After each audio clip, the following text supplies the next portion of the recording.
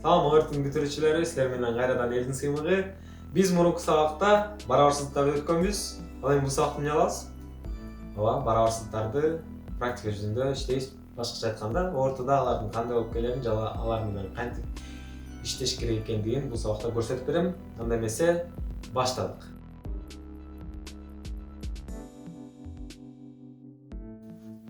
Бул эсепте бизде x жана y белгисиз сандардын табышыбыз керек. Анан ал чыккандарды ордуна коюп туруп салыштырышыбыз керек. А варианты чоңбу же Б варианты чоңбу деген сыяктуу. Же экөө барабарбы? Же такыр эле барабар эмеспи? Азыр мына ошону иштейбиз. X билебиз биз деген. Интервалсыз сайындагы чыгып бир сызык дейинчи мындай.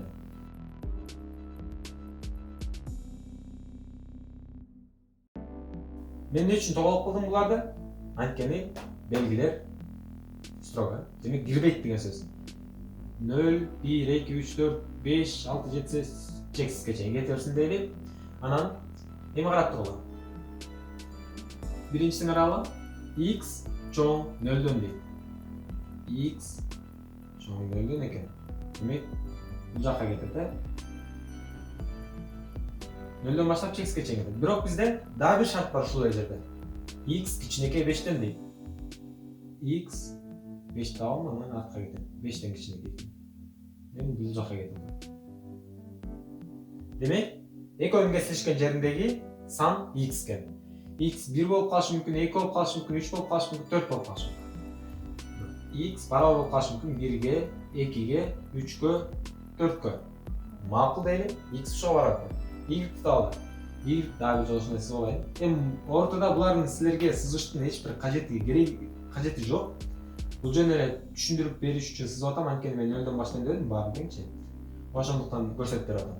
Демек бизде азыр -1 турат. -1. Билесиңер да, терс болгондо улам чоңоюп кетет. -2, -3, -4. Минус бул жакка кетет. Ортолорунда кандайдыр бир сандар бар. Ортолорунда үч эле сан бар, э? Демек, биринчи шарт боюнча y -4дөн чоң экен. -4тү табам дагы y чоң болсо оң жакка чуркайбыз деген. Экинчи шартты карайбыз. Y -1ден кичинекей экен. -1ден кичинекей болсо артка кетет. Артка кетет. Кете берет ушундай. Мен бул жакка кетет. Кыскасы экөөнүн кесилишкен жери мына могу жер болду. Демек, ушул жердеги сандар. Бул жерде кандай сандар бар? -1, -2, -3, -4. Бирок тоголок болгон үчүн -4 менен -1ди албайбыз. Ошондо y барабар экен -2, -3 деген сандар. -4ди албайбыз. Демек, мына ушундай сандар болду, э? Макул дейм. Мен азыр эми ордуна коюп көрөйүн. Мен мисалы үчүн рандомно ушул каалаган санды алайын, мисалы үчүн -2 менен -1ди. X 1 болсун дейли, ордуна коюп. Ал эми y -2 болсун дейли. -2ни 1ге бөлсөң канча чыгат? -2 чыгат. -2. Демек бизде азыр А варианты, жакшы жаздырайын. А варианты -2 болду дейли. Y -2, анан x 1 дейт. Бул канча чыгат? -2ден 1, э? Эми -2ден 1 чоңбу же -2 чоңбу? Кайсынысы 0га жакыныраак? 1ди 2ге бөлүп койсоң 0,15, э? Анан минус коюп коебуз -0,15. Демек, мына могул 0га жакыныраак, ошондуктан Б варианты чоң. Б деп коем. Мына бул -2ден 1 чоң. Баарысы билет болуш керек, буга токтолбой эле коелу. Макул. Мен азыр x тандадым, бирок x-ны моларда тандасаң болот деп атат. Мен мисалы үчүн азыр x-га 2-ни коюп койсом эмне болот экен? -2ни 2ге бөлсөм канча чыгат? -1 чыгат, туурабы? -1 чыгат. Демек, азыркы 1 караган учурда бул А варианты -1 болду. X-га кайра ушул эле жерде 2-ни коюп коеюн. Y-ди макул -2 тура берсин. Жооп кандай болот? Плюска минусту бөлсөк кандай сан чыгат эле? Минус сан чыгат. Ал эми окшош сандарды бөлүп койсок 1 чыгат. -1. Демек, бул жолунда да -1 чыкты. В. Экөө барабар болуп калды. Демек, бир эсептеген учурда В болуп калды, бир эсептеген учурда В болуп калды. Демек, бул эмне дегенди түшүндүрөт? Бул деген сенин жолуң G деген түшүндүрөт. G вариантын тандайсыңар. Ал эми булардын кайра аягына чейин эсептештин кажети жок. Макул. Кийинки эсепке өттүк анда.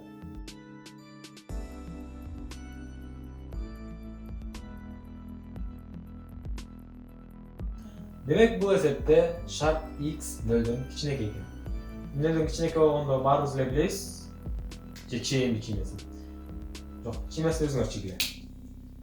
Аны мен үйрөткөм. Демек терс сандар. 0дөн кичинекей болсо бул терс сандар. Терс сан болсо анда карап тургула. Бул жерде плюс болуп турат, э? Мына 21 деген оң сан да. 21 мен плюс дейин. Ал эми x деген кандай? Терс сан болгон үчүн ал минус. Экөөнүн ортосунда бул жок болсо көбөйтүү. А плюска минусту көбөйтсөк, эмне болчу эле? Минус сан. Макул дейин. Эми 21 плюс, бул плюс деген сан, ортосунда эмне белги турат? Минус белгиси турат. Анан бул жер эмне эле? Минус. Демек, эгерде минус менен минус жанаша туруп калса, эмнени өрөттөдү элек? Плюсту. Анан плюс менен плюс жөн эле плюс өрөт деген. Демек, бул жак минус болуп калды, бул жак плюс болуп калды. Демек, жол Б эсеби. Негизи ортодон мына ушинтип эле иштейсиңер. Мунун баарын эсептештин кажети жок. Бирок азыр ким түшүнбөй калса, мен мындай сан коюп туруп түшүндүрүп берейин. Силер x-ка минус 1 деп коюп көргүлө. Минус 1. Тура. Же тура эмеспи? 0 чоң минус 1 деп туптура. Эми 21ди көбөйтөсүңөр минус 1ге барабар минус 21 чыгат. Эми 21 минус мына бул белги жаздым. А x өзү кайсыга барабар? X минус 1ге барабар болчу. А эгерде мондай белги туруп калса эмне болот дедик? Плюс болуп кетет. 23. 23 чоңбу же минус 21 чоңбу? Біз ушундай. Бирок жана мен биринчи үйрөткөн жол аябай ортодо жардам берет. Кийинки эсепке өттүк.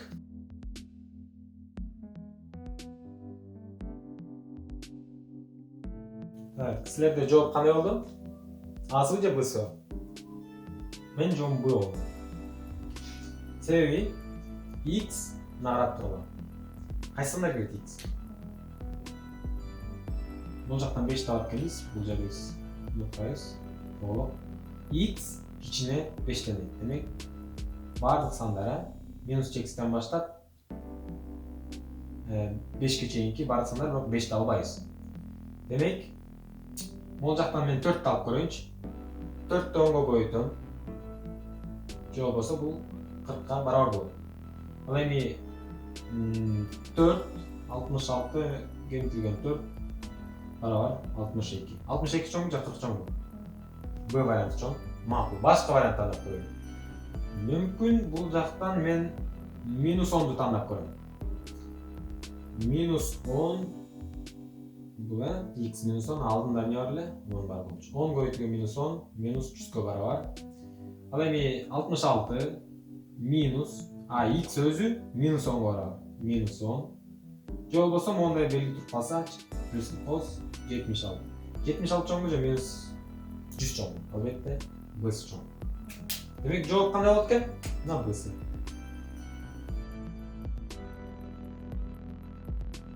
Мынакей бул эсепти азыр биз деген канча чыгаштын эле кажети жок окшойт бул жакта.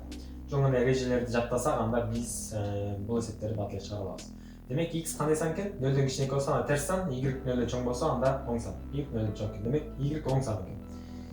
Демек макул. Y-ка 1 деп көрөлү, x-ка минус 1 деп көрөлү. X болсо минус 1 болчу. А y болсо жана 1 болчу. Ал эми астында демек минус 2. Жооп кандай болду? Азыр 0 чоңбу же минус 2 чоң? Албетте 0 чоң. Демек жооп Б болду. Макул. Калгандай башка сандарды алып коелу. Мисалы үчүн y оң сан болсун дейле. Мисалы үчүн 10ду алып көргүлө.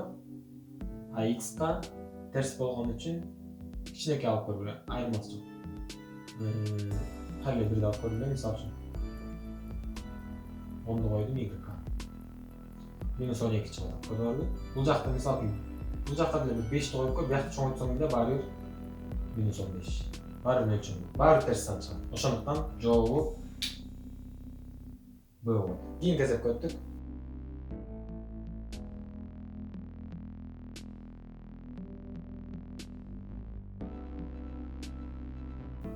Эң биринчи биздин максат качан ачуу. Качан ачуу деген мына могул 3 болуп атпайбы? Ушул 3-түн ортосунда белги жок болсо, анда мына могулдун тыйынтма көбөйт дейт. А бул тыйынтмада канча тыйынтма бар? 2 бар. 1 2. Ошон үчүн ар бирин көбөйтүп чыгасың. Мурунку сабакта өткөн 3x минус 3y. Мен муну буга көбөйттүм, муну буга көбөйттүм. Макул. Эми карап тургула. Мисалы үчүн x барабар. Бул жакта шартта эчтеке берилбеп тура, каалаган сандарды кое беришат. Мен мисалы үчүн x-ка 2-ни коеюн, y-ка дагы 2-ни коеюн. Бул жактан эсептеп көрөйүн. 3 көбөйтүлгөн x-ин канча эле? 2 болчу, минус y-ин 2 болчу. Демек 6 кемитилген 2 барабар 4 болду азыр. Макул 4 деп турат. Бул жак 3x болсо 6, бияк болсо биякта 6 экен, барабар 0. Демек 0 чоңбу же 4 чоңбу? Биринчиси А болду, макул. 4 чоң Асы. Бирок мен дагы башка сандарды тандай алам, ушу мен токтоп калбайм. А сакка жоон А деп койсом мен көтөрө алам. Анткени бул жакта каалагандай сандарды тандап атпайм.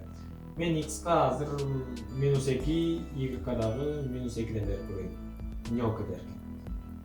3 көбөйтүлгөн ордуна коём. Минус 2, 3 көбөйтүлгөн x минус 2, эми y минус 2 дейм, минус 2. 3'tü минус 2 koysak minus 6 чыгат. Ал эми минус 2-ни шыл болот плюстан минус 2-ни минуска көбөйтөйүн деп тургам. Макул. Плюс 2 чыгат барабар канча чыгат бул жак? Минус 4 чыгат. Ал эми ушул эле эсепти мен бул жакка коём азыр. 3 көбөйтүлгөн минус 2 минус 3 көбөйтүлгөн минус 2. Минус 3 минус 6, анан бул жак болсо минуска минусту көбөйтсөк не болот? Минус 3 көбөйтүлгөн минус 2 плюс 6 барабар 0. Ошондуктан азыр бул учурда 0 чоң болуп калды, минус 4 караганда. Анда не болот жооп? Албетте жооп 0. Кийинки эсепке өттүк.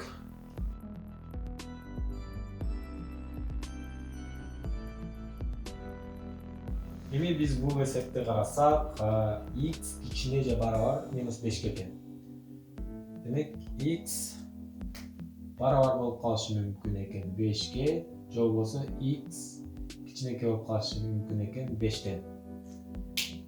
Демек биринчи учурунда карап тургула. Минус 5ти коеюн. 5ти коеюн. 5тин квадраты минус 3. Ал эми 5тин квадраты деген бул кандай эле? 25, ал эми 25 деп жазсак 22, бул байлантыда 22 болгондуктан экөө барабар болуп калды. Демек жооп азырынча V. А бирок дагы бир шарт бар да бул жакта турабы? X 5тен кичинекей болуп калышы мүмкүн. 4 алып көрөлү. Макул.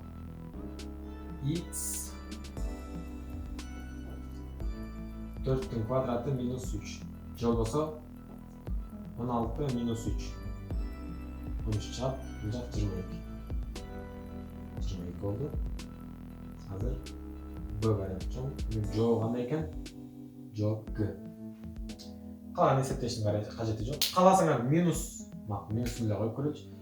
5тен кичинекей кандай сандар бар? Минус 20 деген сан барбы? Минус 20 деген сан бар турабы? Эми минус 20-ны ордуна коюп көрөчү бул жака. Минус 20-нын квадраты минус 3. А минус 20 400 квадраты. 20 koyduğuz. 13 alsak barabар 397. 397 чоң бу 22 чоң. Бул учурда кайра А чоң болуп калды. Иши ар кандай варианттар бар экен, ошон үчүн Г жооп. Кийинки эсепке өттүк.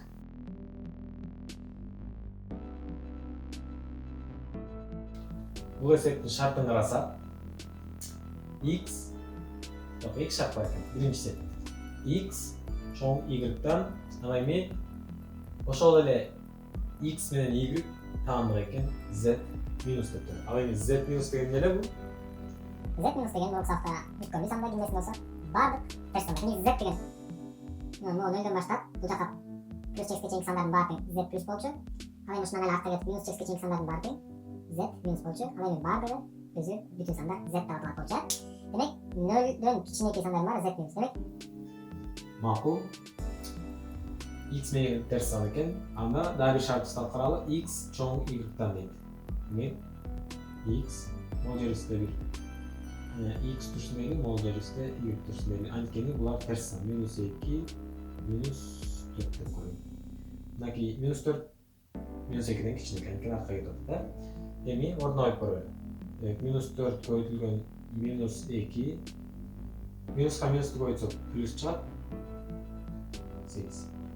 Ал эми бул жакта канча x -2 плюс -4 плюс менен минус болуп кетет. -2 -4 болот дагы -6 берет. 8 чоң 6 чоң. А варианты чоң. Каалаган санды коюп көргүлө. Каалаган ушул жакта. Бирок бул шартты карасаңар, баары деле жооп аз чоңдойдон калат. Ошондуктан кийинки эсепке өтөлү.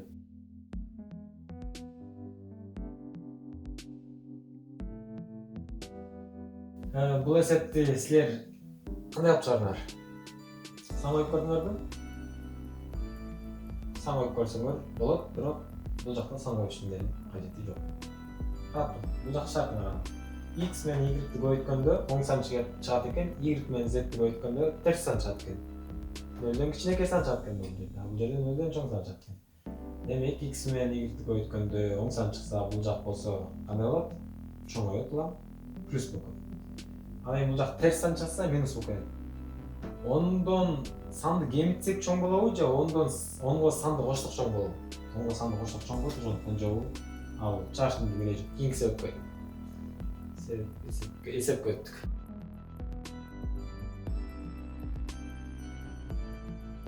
Азыр могул эсепти ким чыгарып бүтүп туруп, жобу минут менен туура болуп калса, анда ал ушул барабарсыздыктарды эң жакшы түшүнгөн болот деп эсептейм. Анда эмесе баштайлы.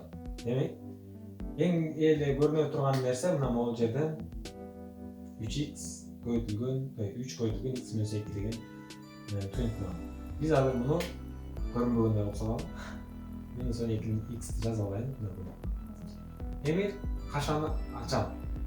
Демек, кашаны ачканда 3'тү x'ка минус 3'тү минус 2. Демек, мына могул жерден 3'тү эле көбөйтүлгөн. Азыр жаңы эле 3 деп айттым. Бирок ал туура эмес. Минус 3'тү кошо кетишибиз керек. Астында кандай белги турса, ошо менен ала кетишибиз керек. Менин маркерим түшүп калды. Демек, минус 3'тү x'ка көбөйтөм. Минус 3x чыгат. Минус 3'тү минус 2 көбөйтөм. Плюс 6 чыгат. Ал эми бул жөнөкөй эле барабарсыздык. Анан 5x. Биздин теңдөөмө чыгарым эрежеси боюнча тамгасы бар сандарды сол жакка, тамгасы жок сандарды оң жакка жинап алабыз. Демек, минус 12 ушул жакта эле калат. Минус 12x. Минус 3x ушул жакта эле калат. Анан плюс 6 деген бул жака өтөт, а бул минус 5 бул жака. Демек, белгилери менен карама каршы өтүп кетет. Плюс 5x болчу, азыр минус 5x болуп өтөт. Анан бул жакта 6 минус 6 болуп өтөт. Демек, коштук 12 кошулган 3 кошулган 5. Демек, минус 20x. Минус 20x чыкты. Минус 6 бул алтын жаздым. X да ушун не алат элек? Бул жер көбөйтүп алып турса. Минус 6-нын астына түшүрөбүз. Бирок ал барабар болгон учурда гана болчу. Бирок бул жерде астында белгиси минус болуп турган үчүн биз деген могу белгини бул жакка өзгөртүп туруп анан бул минус 20-ны минус 6-нын астына түшүрүп салабыз. Биринчи унутпай өзгөртөлү. Минус 6-ны жазып алайын. Анан x табыш үчүн могу минус 20-ны астына түшүрөм. Минус 20. Же болбосо бул мындай сан бар. Минусту жаздым. 6 деген 3 көбөйтүлгөн 2ге барабар. Минусту жаздым, могу минусту. Ал эми 20 деген 2 көбөйтүлгөн 10го барабар. эми эгерде экөөдөн көбөйтүп алып турса, астыда үстүдө, анда окшош сандарды кыскартып салсам болот. Демек, ал эми минуска минусту бөлсөк, плюс сан чыгат, а плюсту жазбай эле койсок болот. 10дон 3. X эми муну карап тургула. Биздин жооп варианттарда ушинтип берилбепти деп. X чоң же барабар 10дон 3 деп. Биздики башкача берилиптир. Демек X'ти жазып алайын.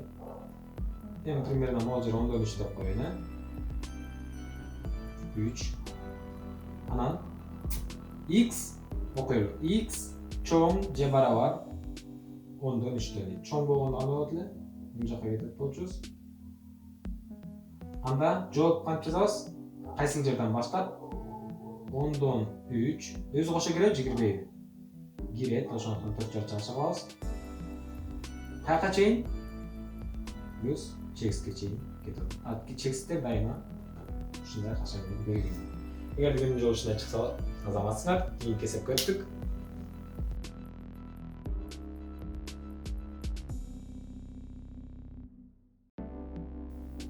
Бул эсеп дагы кичине оорураак окшойт. Мага менин көз карашым боюнча, силердикин билбейм, бирок силерде жооп бар болуш керек, анткени силер биринчи аракет кылып көрдүңөр. Бир жооп даяр. Ал туурабы, туура эмеспи? Азыр биз текшеребиз. Биздин эреже боюнча, эгерде ушундай бир барабарсыздык келип калса, эки белги туруп калса ушундай. Анан кийин анын ортосунда биз деген жалгыз эле тамганы калтырышыбыз керек болчу. Жалгыз X деген тамганы калтырышыбыз керек болчу. Бирок бул жакта ар кандай сандар туруп алыптыр. Эң биринчи мына могул кандай 3төн жоготобуз. 3тү жоготобуз. Сүйлөй албай калгам го бүгүн. 3тү жоготуш үчүн эмне кылабыз? Мына бул жакка 3тү көбөйтөбүз. Бул жакка да 3тү көбөйтөбүз. Демек бул жерге 3тү көбөйтүп, анда ар бир жагын 3тү көбөйтүп чыгасыз. Мына могул жерге 3тү көбөйтүм. Могул жерге 3тү көбөйтүм. Демек, bizde hazır olacak kanca çıktı? Minus 6 çıkart. Belgisini koyalım. Minus bu menen bu ıskarat. Bravo. 6x plus 2 nöl koyuyorsun bari bile nöl. Makul. Birinci işte o. Kurtulduk. Bol 2'den kurtulalım. Bu 2'den kurtuluş için yalaz. Plus 2 oktarat. Minus 2. Bu jakka minus 2 verdik mi? Bu jakka da minus 2 verdik. Bu jakka da minus 2'ni verelim. Bu jakka olsa minus kanca olur? 8 olur. Belgeni koyduk. Bu menen bu jakka olup da minus 6x kaldı. Çoğun cek içine. Nölden 2'ni alsak minus 2. Minus 2 çıktı. Makul. Emi x'in janında minus 6 degen san turadi. Şunu жоқ қылып салалы, қанша жоқ қыласыз? Бұны біз деген минус 6-ға бөлішіміз керек. Ал эми біз минус мына ушул жерден бир нерсени эске алгыла. Мен азыр оң санга эле бөлсөм, белгилер ушул бойдон калмак. А оң санга бөлүп койсом, бирок бул жакта минус калып калмак эми, мисалы үчүн 6 менен 6-ны кыскартып кетмек да минус калып калмак. Минусқа минус қосып, плюс қалды, ошондуктан кыскартып кетти. Бул жакта x калды, бирок белгилерди өзгөртүшүбүз керек. Ушуну эстеп калган болду. Демек, бул жакка минус 6-ны бөлдүмбү? Ооба. Бул жакка да минус 6-ны бөлүшүм керек, мен бул жакка да минус 6-ны бөлүшүм керек. Же болбосо мына могул жер плюс чыгат, минуска минус қосып плюс чыгат. 8 деген 4 көбөйтүлгөн 2, 6 деген 3 көбөйтүлгөн 2. Мына ортолору көбөйтүлүп турат. Окшош сандар кыскартылсак болот. 3дөн 4 чыгат бул жер. А эми бул жер болсо минуска минус плюс чыгат, бөлсөк да, көбөйтсөк да. Бирок бизге азыр бөлүү керек, ошондуктан мына азыр могу 6-ны башкача кылып жазып алам. 3 көбөйтүлгөн 2 деп. Бул эми үстүндөгүнү 2 көбөйтүлгөн 1 деп. Анткени 2-ни 1-ге көбөйтсөң, баары бир 2 чыгат. Могу менен могу жоюшуп кетти дейли. Анан көбөйтүп турат эки жерлери. Кыскартып 3дөн 1 чыкты. Демек, бизде мына ушундай жалгыз эле тамга калып калды. Анда сызабыз дагы бул жака x деп белгилейбиз. 3дөн 1 чоңбу же 3дөн 4 чоңбу? Кайсынысы чоң? Албетте 4-төн 3 чоң. Демек, бұл жаққа 3-төн 1-ді белгілейіз. Бұл жаққа 3-төн 4-ті белгілейіз. 4-төн 3-тің белгісі қандай болады? Açık болады içi, ал эми 3-төн 1-дeki жанында тұрған белги боялады да içi. Боялады. Эми окуйбуз. X кичине 4-төн 3. X кичине артқа кетип атат. Ал эми X чоң 3-төн 1 дейт. X чоң 3-төн 1. Демек, могу кесилишкен жериндеги сандарды алсак болот. Эми муну кантип жазабыз? Демек, 3-төн 1-ден баштап, бул өзгөрө же кирбейби? Боелуп турат, кирет дейт. Кайка чейин? 3-төн 4-кө чейин. Бул өзү кирбейт. Муну албайбыз. Жок ушундай. Бирок тиги варианттарда жогун деген аралаш бөлчөктөрүндө бериптир. Демек, 4 бөлүнгөн 3 1ден беребиз. 3-ден 1. Демек, 1 бүтүн бул 3 астына чөп, 1 үстүнө кетет. 3-төн 1.